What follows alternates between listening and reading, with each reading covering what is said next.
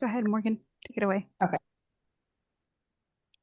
Okay. First of all, welcome, ladies, to today's Zoom call. We are super happy that you're here and super excited because today is extra special. Michael Zuber is going to be talking to us today. And Mike, I just want to give a big thank you to you because I know, like you said, you're a busy man. You have a lot going on. I'm very grateful that you were able to make this time for us today. Oh, Um, absolutely. Anytime. I'll always go where you need me, Morgan. Thank you.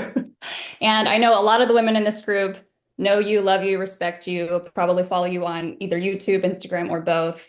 And I know, like, for example, Michelle Abston actually got into real estate originally because of you. So I know you're already inspiring some of us here. So without further ado, I will turn the time over to you. Awesome. Well, thank you very much, ladies, for the opportunity. I'm an open book. I've definitely come with some topics, but if you have questions ahead of time, just raise your hands or put them in the chat box. Anna or someone could watch the chat box, and I'll go wherever you want. I definitely have kind of three topics I came prepared to riff on, and thus giving you some time to think about questions. Number one is talk to me about 2025. So 2025, I am convinced will go down is the year of the investor. What does that mean? Well, 2025, we are going to see the cycle low for real estate transactions. A few short years ago, we did roughly 6.5 million existing home sales, and I believe that we will do sub 4 million in 2025. That said, we'll still do, roughly 4 million, but it will be significantly less than before.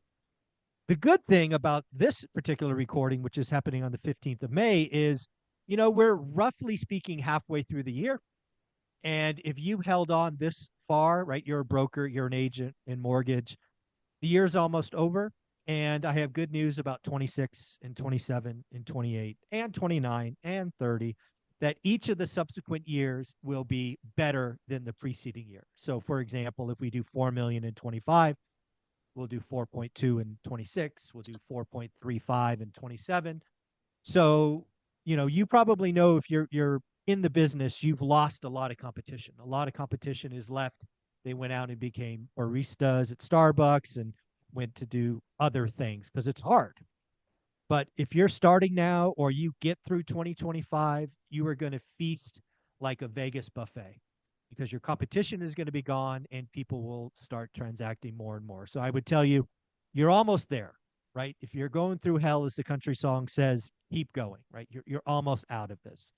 Secondly, about 2025, I said this on Donald Trump's inauguration day. Buckle up, get ready. The first 6 months of after his inauguration is going to be wild and chaotic. I have no idea what he's going to do, but it's going to be bananas. Why did I say that, and why was I right? Well, he's coming in as a second term president, so he knows what he didn't know the first time. Second, this is his last go around, right? You can only be president twice. Third, he knows that he has the House and the Senate for 2 years. That is important. He can only do wild and crazy things until July 20th, because after July 20th, which is 6 months, he has to start worrying about the midterm elections. And if he loses the midterm, the House or the Senate or both, he's toast. He's a lame duck. He ain't going to get squat done. And that's not what he wants. So I believe a couple of things have happened about 2025. A, we have passed peak uncertainty. I highlighted peak uncertainty 2 weeks ago. I was kind of nervous about making that call, but I was right. And what we've seen the last 2 weeks is we're still in crazy times, but every day is less crazy than the day before. And again, it will be crazy up until around July 20th. But again, every day between now and really 2 months from now will be getting better and better. And then coming out of that, all you're going to hear is good things from the administration. You're going to hear tax cuts. You're going to hear deregulation. You're going to hear all of these pro-business things. You're going to get things like bonus depreciation back. You're going to get all of these investor-friendly things. So again, 2026 better than 2025. Now, when I talk about 2025 being the year of the investors, I hope all of you that are investors feel it to your bones. Because if you do, and you acknowledge the following, right? If you're an investor, what do you want? You want less competition. Congratulations. Demand has disappeared. Second, what do you want? You want more choices, more option, aka more supply. Guess what? Supply is up roughly 30% across the country, and some markets up 50, and all of that. So we get that. But what do we really want if we're honest with each other? We want motivated sellers because some listings are just wish pricing. And it's just a seller that says, hey, if I get this magical number that makes no sense, I will take it. We want motivated sellers. Well, guess what? As we are leaving the spring selling season, which is increasingly coming to close, it is going to become remarkably easy to find motivated sellers as they raise their hands. Now, motivated sellers come in all forms if you're ready for it. Some of them will just take a lower price. Great. Some of them will do terms. I just know of a buyer who had a 400 credit score, 417, I think, got a seller to take back 40% second, got a bank to lend him 50%, only had to put 10% down. That's the kind of creative financing that happens in a buyer's market. That would never happen in a seller's market. So again, I hope you have a buy box. More on that later. I hope you have daily discipline. I hope you are writing disrespectful offers. I hope you are following up because again, when you do disrespectful offers, it should never be accepted the first time. If it's accepted the first time, your offer's not disrespectful. You should be laughed at, cussed at, whatever the first time. But the beauty of this business is most of us only do 1 or 2 deals a year. So we just have to follow up and follow up and follow up. Of all the amazing deals I've ever done, I can't think of one I got with less than 3 or 4 follow ups. It's a process, it works. Just believe in yourself. It is so easy to be in the top 10% as a real estate investor. You just have to be focused and disciplined. Don't be all over the place. Don't gamble. Don't do anything stupid. Know what you're doing.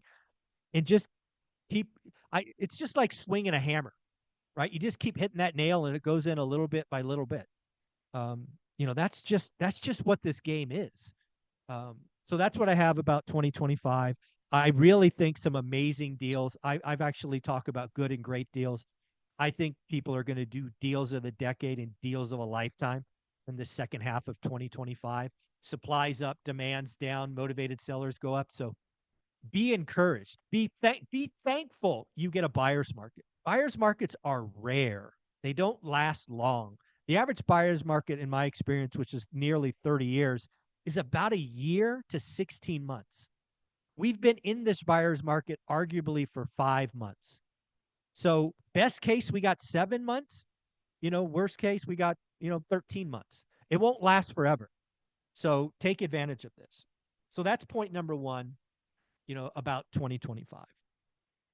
Number 3, I get asked about how to get wealthy. And the remarkable thing is, after talking to millionaires, deca millionaires, and a few hundred millionaires, the process to get wealthy is remarkably simple. It has nothing to do with your income. It has nothing to do with your upbringing. It has nothing to deal with childhood trauma or any of these other things. The way you get wealthy is step 1. You must create disposable income. All right, what is that, smarty pants? Well, disposable income is, okay, how much do you make? And how much does your life cost? Rent, mortgage, taxes, entertainment, cars, kids, whatever, right? Everything that you spend a month. And then at the end of that subtraction, there's a number. For some of you, it's $50. For some of you, it's $500. Once you know that number, and let's say it's $50 for this conversation, your sole job is to grow that number. Now, there's only 3 ways to grow that number, and we'll go through all 3 of them. Step 1, you can whack expenses. This is what Olivia and I did, like with a machete, for 18 months. We were spending 100% of our income and had 0 disposable income. So I'm not talking to you as somebody that was, pure. I made all kinds of mistakes. However, after about 18 months of whacking expenses, we were now living on half our income. So the other half after taxes was now disposable. So that's one. You can whack expenses. That is the fastest way, but really doesn't move the needle a lot. But you can certainly see it immediately. Number 2, grow income, grow revenue. get a new job, get a second job, get promoted, get options, whatever it is, right? If you run a business, sell more stuff so you can grow income. And then step three is you do both. Now, for most people, I obviously recommend doing both. But if you're really in a bad spot today, and the answer is zero disposable income, you just got to look at your expenses, figure out what a want and a need is, and whack all wants. That's how Olivia and I got to 50%. Is Olivia and I didn't have any wants. We were raising our daughter, Teresa. She did get some wants because she's a kid and you want your kid to have a better life than you. But Olivia and I got no fun, no whipped cream, no cherries, no, sprinkles, nothing. But we still, we put food in the refrigerator and we paid our bills, but nothing. So that's step one of getting wealthy, disposable income. Figure out a way, understand it, and figure out a way to grow it. Number two, I do not know any millionaires or multimillionaires that didn't get that way with one vehicle. For me, it was Fresno real estate. For me, it was really Fresno Mayfair single family home real estate. That's where my buy box was in the beginning. You've got to become elite at something. I believe too many new investors are distracted by not knowing who they are, right? Are you a flipper? Are you a wholesaler? Are you a buy and hold? Are you out of state, in state? Are you ADU? Like, what are you, right? You should become elite at one thing. Um, Second, you've diversification, seven streams of income. All of that is for later in life. The fact is that getting wealthy is a season. It's a season of sacrifice. It's a season of hustle. It's a season of consistency. But if you do that and you're elite at one thing, and then you do step three, and step three is 10 years, you do it for a decade. I don't know anybody that's done that. It's not a millionaire and not wealthy. The wealth formula is remarkably simple. Create disposable income, which you can think of as seeds. Those seeds then get planted in your garden, right? Whatever you've chosen as your investment vehicle. And then over 10 years, those seeds turn into big old oak trees. It's just how this stupid thing works. Unfortunately, most people give up at year two or year three or year four, and those trees never grow. So that's the three-step wealth formula. And then the third and final thing I came prepared to talk about and ready to ask question is I have this thing called ORAT rules. I was asked one time at an event, what are the seven, or what are the rules for ORAT? And I came up with these seven. So here we go. Number one, focus. I believe in order to become elite for me in Fresno, California, which again, I never lived in, I didn't know anybody. I had to go there and ask around, like, where should I invest? Where should I invest? Where should I invest? And after asking 20, 30, 40 people, the thing that I heard in 2001 was the Mayfair District, 93703. So I said, great, I'll do that. But then that's still too big. Then I had to say, what do I know? Well, I know single family homes. Great, I'll do that. That means not duplexes, not quads, not apartments, not mobile homes, houses. Okay, what kind of house? Well, I don't want it too small or too big. Why? Because that's what I lived in. I didn't know any better. So I chose 3 or 4 bedroom houses, 2 baths, 2 car garage, single story, 1,200 to 2,000 square feet. That was my buy box. That's what I mean by focus. The beauty of step one and the beauty of a buy box is it frankly gives you and frankly demands that you ignore everything else. Most new investors are like, okay, Michael, I get the buy box, I get the thing, but I've got more time. I want to do more stuff. No, you haven't earned the right to do more. If you look in your buy box today and nothing changed, great, go do something else. But as days go by, your buy box will start talking to you. You'll start to identify bad deals, good deals, great deals. And until you can do that very, very quickly, which can take 90 days or 6 months, right? I've seen it both sides. You have no permission to do anything else. Because if you go too early, you'll be distracted. You'll be confused. Even in Fresno, you can't compare 93703 Mayfair with 9370 Fig Garden. They're like two different markets if you've never looked at them, right? The price points are different. The rents are different. The houses are, it's just different. So don't confuse yourself too early. I see so many people try to rush the process, and you can't. It's like learning a language, playing a sport. It just takes daily discipline. Get better, get 1% better every day, 20 minutes of practice. So that is step two, daily discipline. The whole beauty of anything I've ever done, and it's my unique superpower, is once I choose something, I can be focused like nobody else, right? I looked at my buy box, which I listed earlier, for almost 3 years. That's almost 1,000 days in a row. And usually I look twice a day. 1,000 days in a row before I looked at anything else in Fresno, California, which means I ignored 99.5% of the market for 3 years. That's what I mean by focus. And that's what I mean by daily discipline. It's only 20 minutes a day. And when you're done, you're done. You move on, you go do something else.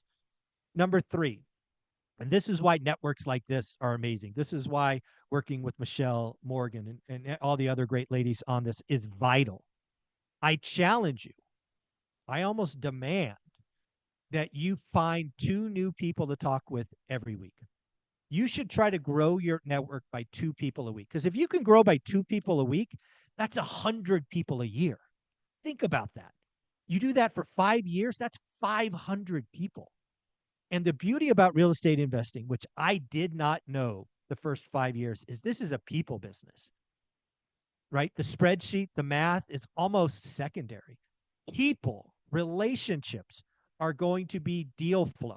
They're going to help you with problems. They're going to do favors for you. You're going to do favors for them. Real estate investing, groups like this are vital. You can second check, double check, get motivation, share your sob stories. Doing real estate investing alone is stupid. So I'm glad you're all here. It's just the right way to do it. Find your tribe and just be all in. Invest in the tribe. Show up to events like this. Contribute. Ask Steve if you can help. You'll just, the goodness will come back tenfold. And number four, the power of a buy box is actually what it teaches you. It actually teaches you what an average deal is. You know, once you look at a buy box for a while, you'll do the math and you'll go, hey, my average buy box is 3%. It's -5. It's 7, whatever it is, whatever the math says it is. Once you can do that and articulate it to somebody like Morgan, and Morgan goes, yep, you got it. You're all good. I never want you to do an average deal. I want you to do a good, great deal of the decade or deal of a lifetime. Anybody can do an average deal. And if you are going to do the ORAT, focus daily discipline, you're not average. So never, ever accept average. Would you accept average from your kids, your relationships? No, of course not. So don't accept average real estate deals. If you're writing up an offer on a price, like let's say there's a listing and you're like, hey, this is an average deal. Great. Guess what? You're not going to write a list price offer. You're going to find a way, lower price point, owner carry, whatever it is, and you're going to make it a good or great deal. Number five, and we've all lived life, so we know this, but it had to be on the list. Bad things happen. Bad things happen. And you just got to learn that bad things happen. The key of bad things happening is you have to learn what it's trying to teach you.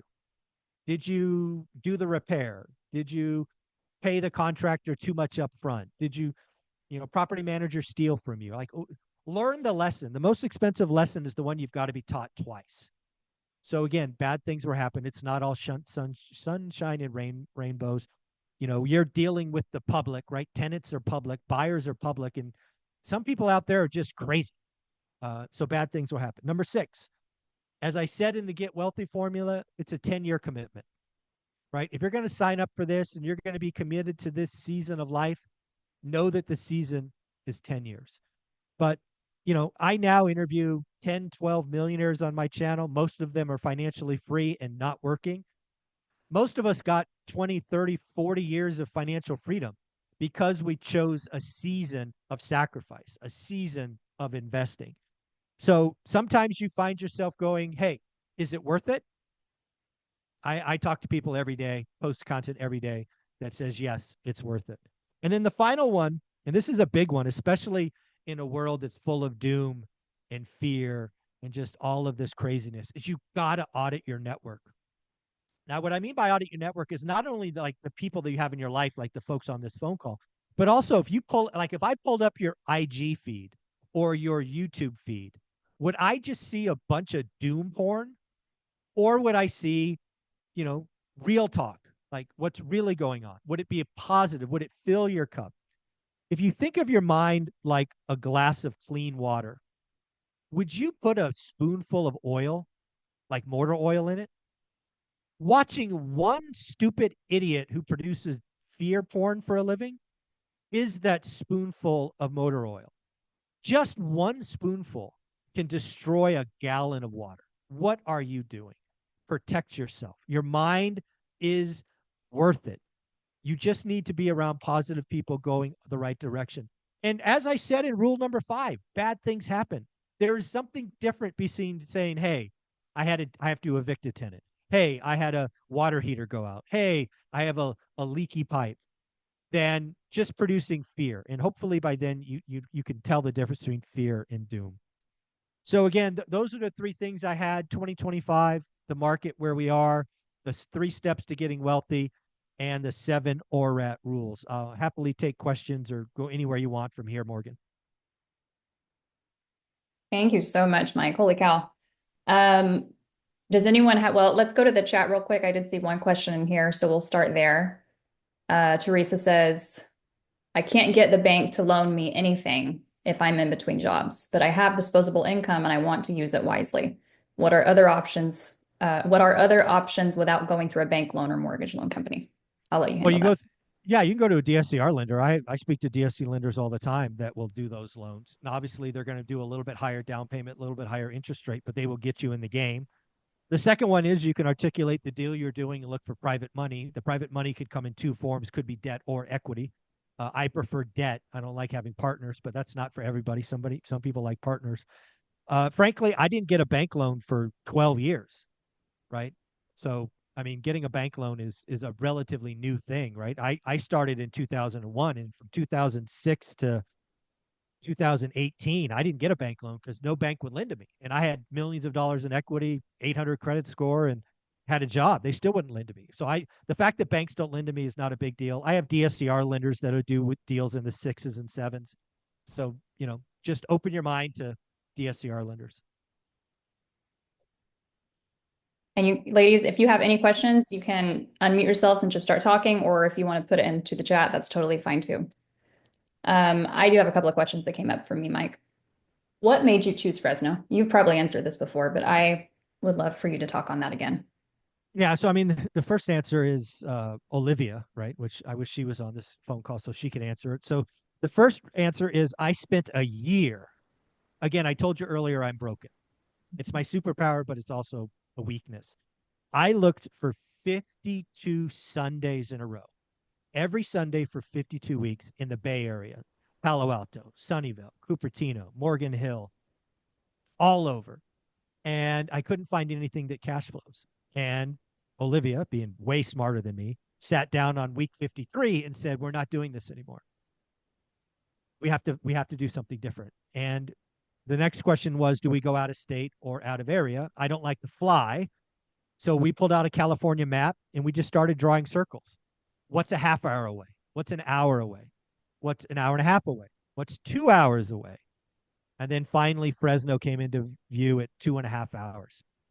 I didn't want a small town, right? There are some markets where there's 20, 25,000 people that might have been okay, but I wanted a big market. And Fresno, even back then, was almost 500,000 people. So the reason we chose Fresno was I wasted a year. I should have only wasted 6 months, but I did waste that extra 6 because I'm broken. But Fresno was the first market that made sense. It met the 1% rule at the time. I bought Norris Drive for 107. It rented for 1100, and we could drive there versus fly there. It's a real easy drive, right? 101 to the 152 to 99. It's a quick, easy drive, but still 2.5 hours. 2.5 hours one way. I must have done that drive 50 times to see one house. Think about that. You drive for 2.5 hours, you spend 5 to 10 minutes looking at a house, and you drive back. I did that 50 times.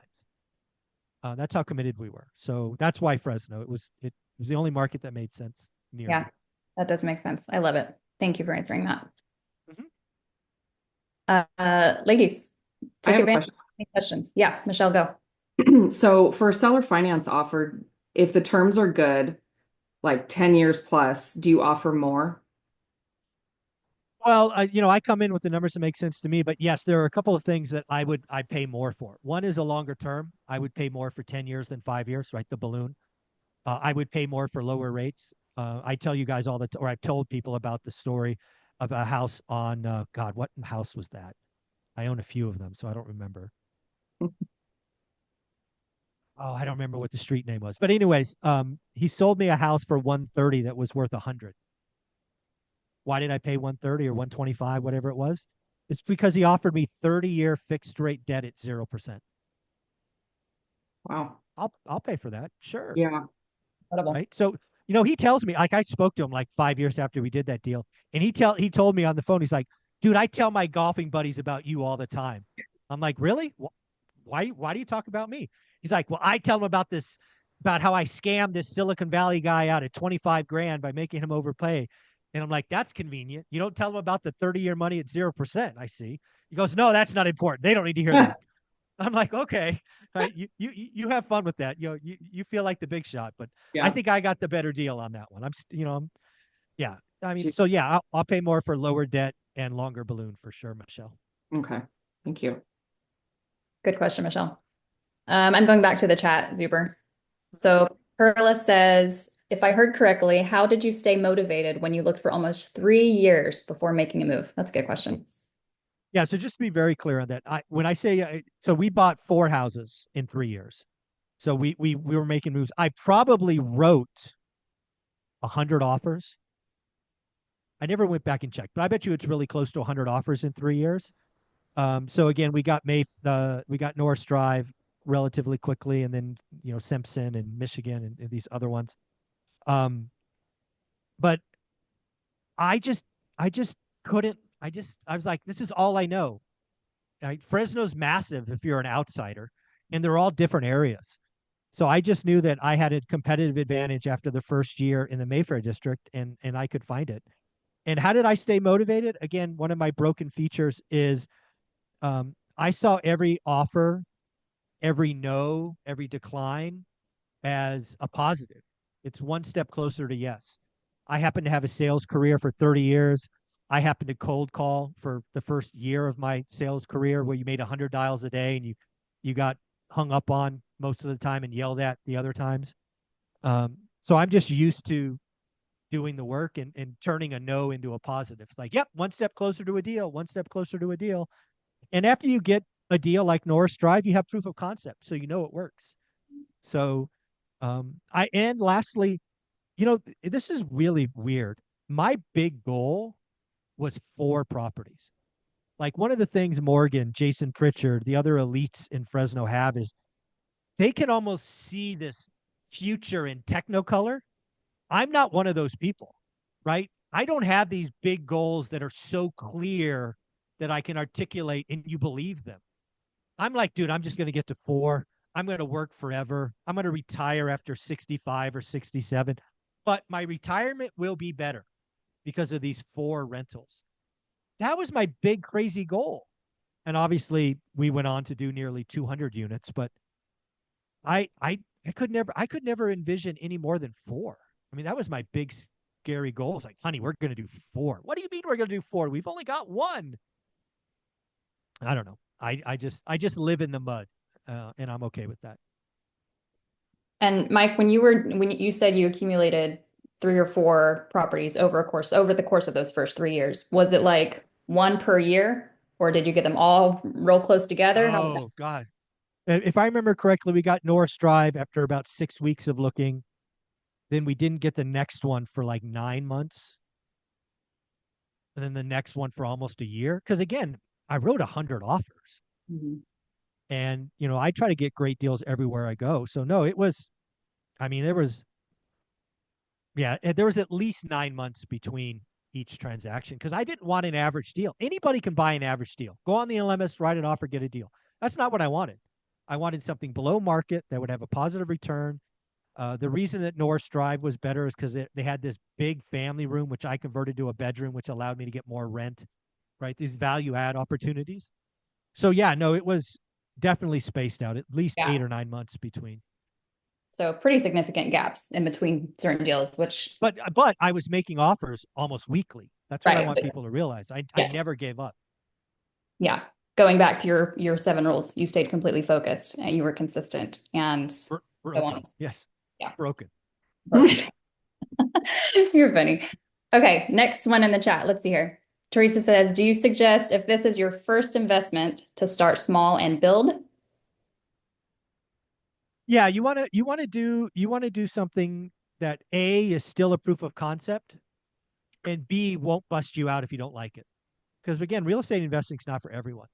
It attracts a lot of people because it makes millionaires. But I'm not confused. You know, for some people it just doesn't click. You don't like the stress. You don't like people living in your property. It's if it's not for you, yeah, I don't mind growing starting small. Even Grant Cardone, who I've talked to, started with 2 houses. I mean, he likes to talk big and now like don't if you buy anything less than 100 units, you're a loser. I'm like, hey, dude, you started with a house too, so shut up. Yeah, So right. I think starting at a level you're comfortable with, and it won't bust you out is not a bad idea. Get that proof of concept, get that win. It's really important that first one's a win. So yeah, I think that's wise advice. Awesome. One more actually from Teresa as well. This is interesting. She says, I'm in healthcare. I'm in the healthcare industry, and I love how people can, whoops, hold on. I lost my spot. Okay, I'm in healthcare industry and I love people. How can I make income investment, then turn it around to help someone else's vision in building a church plant without doing a 501(c)(3)? I have no answer for that. Hopefully you know Well, I something. mean, again, it's just depending on what you would like to do, right? So again, you know, in order to help people, you have to be able to produce value, and value is often measured in this game as either income or assets. So one of the things you could so one of the things I've recommended to parents is when you get it, like when your child is born, buy them a rental property. Now, don't buy it to them, like put it in their name, but like, hey, this one's for you at 18. Because if you set it up right and you do the mortgage payment out, you could theoretically give them a free and clear property in 18 years. So if I wanted to, you know, help a church or build a school or something, I would allocate or identify a property and say, hey, this one, when it matures, whether that's 3 years, 5 years, 7 years, it's going to be the thing that I then give the equity to that organization. And obviously, you would do that through some donation. I would make sure it's tax efficient and the like.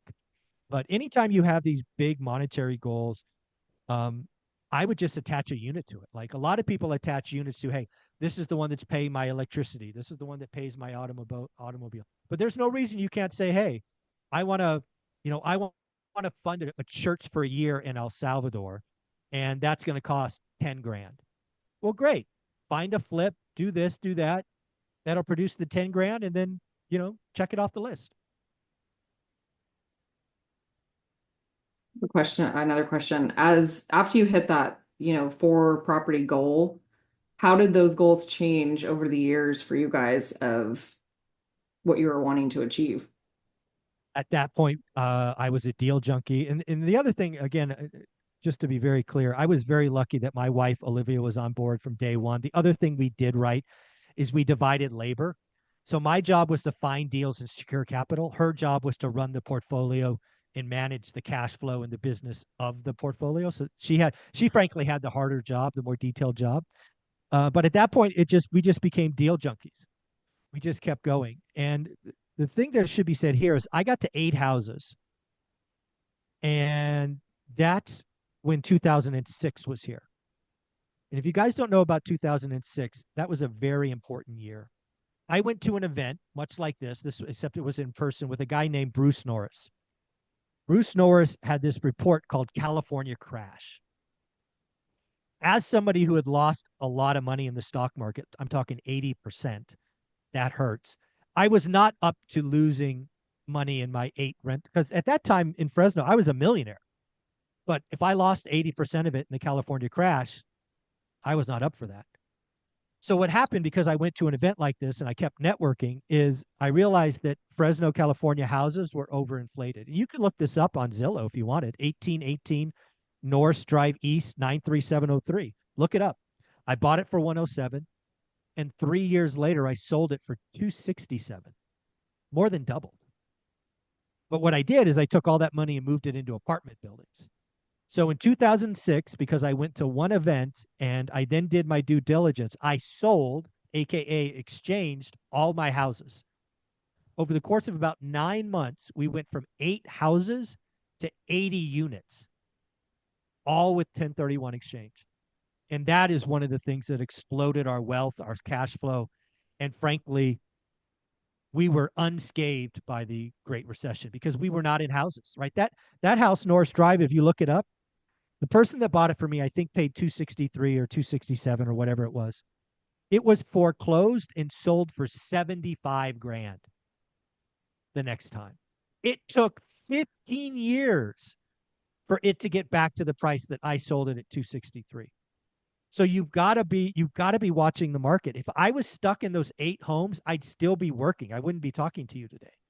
But because I went to an event, because I checked the data, because I took action, you know, the party was over. We suddenly had 80 units, and we were buying hand over fist during the Great Recession because we were not hurt. We had tons of cash flow, tons of equity. Amazing. I have a question. Hi. Hi. Um, my question, you mentioned earlier that you were using the 1% rule. Are you still using that rule when you buy No, I hate that rule now? now. But no, I Okay. hate it. I hate that rule. I think it promotes being lazy. It's one of those rules that sound good, sound smart, sound sexy, but actually causes a lot of danger. It actually often drives people to the worst parts of town. It often has you avoiding HOAs and all these other things that are kind of hidden expenses. So no, I rail against the 1% rule every chance I get, but it's where I started. I didn't know any better. But yes, I have not used the 1% rule in probably 20 years. What I do now and what I call good, great, average is just yield. Like, and it's a really simple formula. It's the bottom number, which is called the denominator. How much cash am I putting into the deal? And typically there's only 3 things it could be: down payment, closing cost, and make ready. What does it cost for me to make this rent ready? That's the denominator. That could be 10 grand. It could be 100 grand. And then the numerator is your expected monthly cash flow for a year. You simply do that formula. It produces a decimal, which you can convert to a percentage. So I only use yield. I've only used yield for 20 years. I want to know essentially how much money comes out of my account and how many babies am I getting. And that's what the yield is. I want to know how hard my money is working.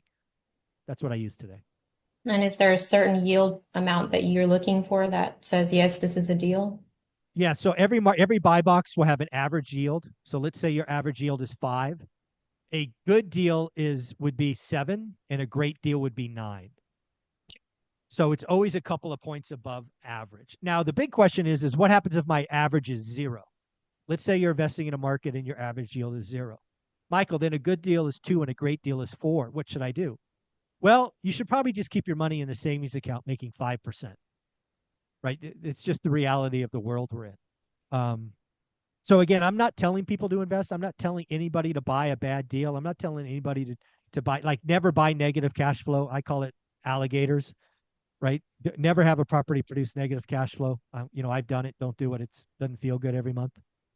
But that's how you figure it out. Is once you do the math, once you have a buy box, once you figure average, good and great are a couple of points higher than that. Yeah, that was helpful. Sure. That was good question, Lilith. One more in the chat, Mike. Says, I think this is from Lindsay. She says, when you were making offers every week, were all of those offers on market properties listed in the MLS? Yeah, dude, I started so long ago. I didn't start talking off market until 2018. So for 15 years, 16, 15, yeah, whatever. Everything was on the MLS. Up until 2018, I got everything on the MLS except 2 properties. One was directly from a bank who cold called me because I own the property next door. And the second one was on auction.com. Other than those 2, until 2018, everything was MLS based. That's incredible. And so how many rentals, I'm curious, do you know off the top of your head, how many did you purchase off of the MLS up until that time? Well, I mean, Roughly. like, are we talking doors or transactions? Because those are different numbers. That's true. We'll just do transactions. I would say before I did my first off-market deal, we would have closed, meaning bought, 43 transactions, somewhere between 40 and 45 transactions before we went off market. Dude, Morgan, I didn't even know it was a thing. I know, off market. That's Like, crazy. what? Direct to seller? Say what? What? Yeah. Yeah, no, that's wild. That's crazy. And that's a really beautiful example of like what's possible. Because a lot of people believe, oh, there's no money to be made on the MLS. There's no deals on the MLS. I have to do direct to seller. I have to do it this way. And you don't. You have Oh, options. I'll remind you again, that, like I would tell you today, because it's a buyer's market, if you're focused and disciplined, there are plenty of value on the MLS today. There are motivated sellers out there that haven't had a showing in 30 days. It's now day 97. The real estate agent's getting nervous because they're going to get a cancellation or lose their listing, and they've already spent $5,000 on marketing. There's plenty of value. The problem is for 2 years, we got like you had to pay over list price. That's not the market we're in now. We got to throw that history away and just be willing to write disrespectful offers. Like so the next question should be is, okay, what's a disrespectful offer, smarty pants? I don't think I would write an offer today, like my first offer, that's not 25% below list price. I'm not expecting to get it. I'm expecting to learn something. Right? That's the problem, right? People that are writing disrespectful offers and they're telling me they're 5% below asking or 7%, I laugh at them. I mean, what are you doing? That might be where you end up, but that's not where you start. Yeah. I love it. That's so good. Michelle, your hand raised. Go ahead. Well, first of all, I just want to say, can you guys hear me? Okay, I'm with my AirPods. So just want to say thank you, Michael, for coming on here and sharing your information. Your energy is like my blood is like, "Wah!"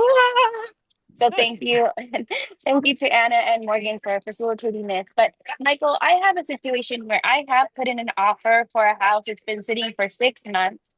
The realtor isn't from the area. It was priced way too high. It actually went pending, but something went wrong. So it fell out of pending. It went from a ridiculously high price. I know it just needs 30 grand to fix it. And I did reach out to Jason and was like, offer that ridiculous offer, which I did. And I got like nowhere. This agent isn't working with me. And I know it's all relationship. How can I like is there anything I can do to try to like I want to go beyond. I know I can't go past the agent, but I want to and just go directly to the seller. Yeah. So the key to these deals is you need lots of these to keep going. It's really tough when you only have one like precious egg that you're carrying. But the money is made in this business in follow-up. It doesn't shock me, Michelle, that their first response to your lowball offer is go away, basically. But that is it's like when you hear that, you hear the downside. What I hear is great. I need to call you in a week. Right? Call them back. Right? I mean this. None of my deals of the decade or deals of the year were done with less than 3 follow-ups. Some of them were 7, 8, 9. The money is in the follow-up. You write this first crazy disrespectful offer, they're supposed to say no. Sometimes they say it nicely. Sometimes they don't say it nicely. All of that is just great. I'll call you back in a week. Great. I'll call you back in a week. Great. Because here's the deal, Michelle. Only one of 3 things are going to happen. 1, they'll sell it to someone else. 2, they will take it off the market. Or 3, they will start dealing with you. Those are the only 3 things that can happen. So keep writing offers. It's okay. Get another one. Get another one. Get another one. Keep going. Okay. So I've done the calls and I've been like totally ignored. So you're just saying just submit another offer. Amen. And just keep texting. And maybe for Mother's Day, I should have said, hope you have a happy Mother's Day. And I didn't do that. No, it doesn't. I mean, that's like professional stuff like Morgan and Jason do. I would never do that. You know, and again, these are just things I would do. So like, I don't know what your offer is, but sometimes I'm a dick. Like if you're a dick to me, I'm going to be a dick to you. So my next offer would be $1,000 less. And my third offer would be $1,000 less. I would just like, hey, you don't want to deal with me, shithead? I'm going to write this the other way. Wow. Okay. Good question, Michelle. yeah, have a piggyback from that. Because I know, you'll still say no to the offer. But how do you deal with an agent that is not fully wanting to work with you in those type of transactions? Well, that's the beauty of working with somebody that's long in the tooth, because you just have to have a conversation with the agent. They probably have a 6-month listing agreement. And if they're month 4 of that, they've had expenses going out. They know they've had no showings. And you just call them up and say, hey, you and I both know it's 121 days on market. You and I both know you're not holding open houses anymore. I think there's a deal here. And just talk to them. Right. And again, if they don't want to do it, it's okay. They'll lose the listing and somebody else will get it. There was one of my best deals was an 18-unit apartment building that I tracked through 2 years and 4 agents. Oh, wow. Wow. So it's okay. Just use, because again, a lot of agents like let's say it's 4 months into a 6-month. Just call them up going, hey, I know my offer's low, but hear me out. This is why it's this price. I have comps, I have this, I have that. Right? Educate them. Second, how long's your listing agreement? Right? Did you get a 6-month agreement? It's coming. Let's work on something. Worst case, work with me to get your listing extended. Right? Because sometimes if you show that there's offers and activity, maybe the agent can get an extension. Make yourself an asset to the agent, especially late in the listing cycle. This doesn't work. Like if you're doing what I'm talking about on the first 5 days or 7 days, you're being a fool. That's not where you do this. You do this at day 78, 86, 94, right? Just know that this thing I'm talking about is for the aged and old inventory. Yes, and like Yeah. just for this idea, this scenario, I didn't reach out or get involved until it was already sitting there for it was 4 months. Perfect. So, Fully but awesome. Nice work. yeah, and I'm gonna call today, and I'm gonna put an offer today. Yeah, make it $1,000 less than last time so it catches his attention. Okay. Good job. These are all really good questions, ladies. And I know, Mike, you've got to be on by you've got to be off by 12:59 on the dot. So we want to make sure we use this time wisely. We've got a few minutes left. If you guys have any more questions, put them in the chat real quick or raise your hand. Perla just We said, have one more. Yeah. yeah. Okay. Perla says, are you focusing on SFR or multifamily units right now? I go where the best deals are, at least in Fresno, California, and in Henderson, Nevada, my 2 markets. Right now, single family homes are better. I do think that multifamily will crack next year or the year after. I think Ken McElroy is right. And I might do, like, if you guys haven't read my first book, One Rental at a Time, I might repeat what I did in there when we sell all our houses in buy multis in 26 and 27. We went from 8 to 80, and I own a lot more than 8 today. So it could be a lot of fun. But yeah, right now it's residential because I can get 30-year fixed rate debt. We can add ADUs. We can do these other things to add value. But that's not to say I'm not opposed to multifamily. It's just multifamily is still, it's the market's locked up. It's frozen. Unless you're trading in class A plus, the market's not moving. So I'll wait for the pain to come to multifamily. Yeah. Michael, I know that your market is mostly here in Fresno and you're starting to venture out in Nevada. When did you decide to, was it when you moved to Nevada that's when you decided to look off, or have you looked at any other markets besides Fresno? Oh yeah, I've looked. I mean, so in 2006, I went to Texas, Colorado, Arizona, New Mexico, probably a couple other places because I was convinced that California was, crazy and going to go wide, just didn't want to put my money there. And what came back to me is I couldn't build the team again, right? The team, because again, I work all over the world. I traveled 3 times a week. To me, the team is everything. So while we flirted with other markets and going out of state, once we had our team locked in, which again, we've had locked in for almost 15 years, I just can't move. So Fresno will always be the heart of our portfolio. I may dabble in Henderson because we live here and I get bored really easy. So I might try to buy a few just to not be bored. Just going back to the stat, Mike. Teresa said, love your spirit, humility, and enthusiasm. Thank you. Thank you for all of your encouragement. I think we all feel that way. You've been amazing, Mike. I appreciate that. Yeah. And then I think Lindsay has one more question here. She says, if you need an agent, oh no, it's just a comment. If you need an agent to sell those 80 units in tax deferred exchange in 2026, I'm here for you. There you go. I appreciate I that. think we all appreciate are. We all are. Yeah, Take your exactly. pick. Smart. Yeah. Smart. Very cool. And Morgan, I something appreciate wanna- the opportunity. Yeah, go ahead. Yeah, no, Mike, this has been amazing. And I knew it would be. You have so much knowledge. You provide so much value everywhere you go. And we just truly, truly are so appreciative to you. And something I want to comment on is like just listening to you talk, I wrote down multiple like one-liners that you've said. And I hope that you guys took note of this as well, or at least noticed it. He said things like, it's easy to be in the top 10 investors. The process to getting wealthy is actually very simple. I take every no as a redirection to a yes or something positive. Like those are not just statements he's saying, that is his mindset.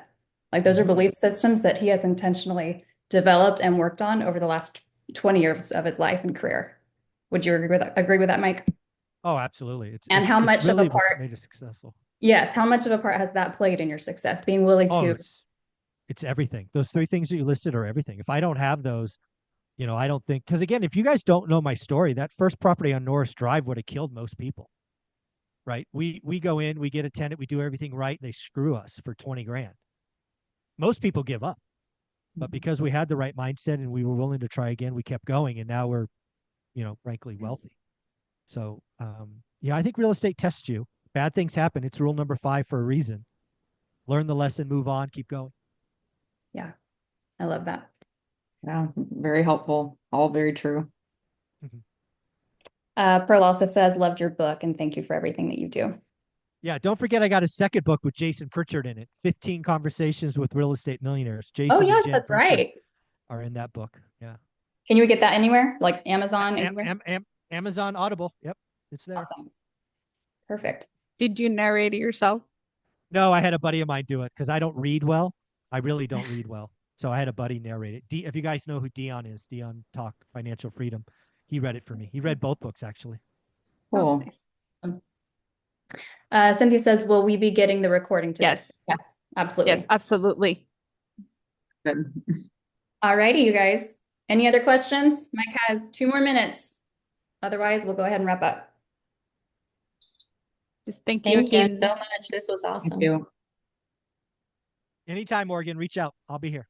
Thank you so much, Mike. We appreciate it. We'll send you the recording shortly. And thank you for being here, ladies. You all have a fantastic day. And I hope you come back again, Mike. If you would be willing to do this again sometime, we'd love to have you.